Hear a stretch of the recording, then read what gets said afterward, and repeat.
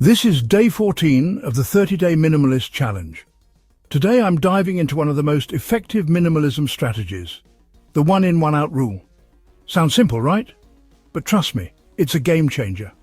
Now I know I'm sounding like a broken record, but let's say it again. Declutter.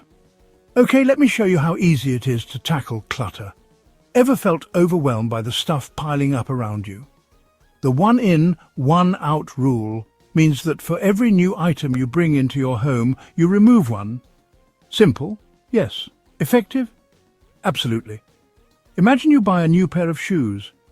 To maintain balance, consider donating or recycling an old pair.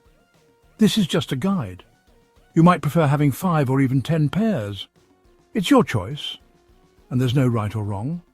Just focus on buying quality, keeping your shoes clean, organized, and in their proper place. This not only keeps your space tidy, but also makes you think twice before buying. It's about intentional living. Second point, mental clarity. Less stuff equals less stress. Studies show that clutter can lead to increased stress and anxiety. By maintaining a balance, you're not just clearing physical space, but mental space too. Next, sustainability. With the one-in, one-out rule, you're more likely to buy quality items that last longer. This reduces waste and promotes eco-friendly living. It's a win for you and the planet. Now, if you're thinking, I need more tips like this, hit that subscribe button and ring the bell. I focus on providing valuable, practical information to help simplify your life. To wrap it up, the one-in, one-out rule is a small change with a big impact.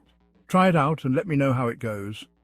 In the next video, I'll discuss minimalist time management, how to prioritize your day. Drop a comment below and don't forget to like and subscribe. Thanks for watching. Catch you in the next video.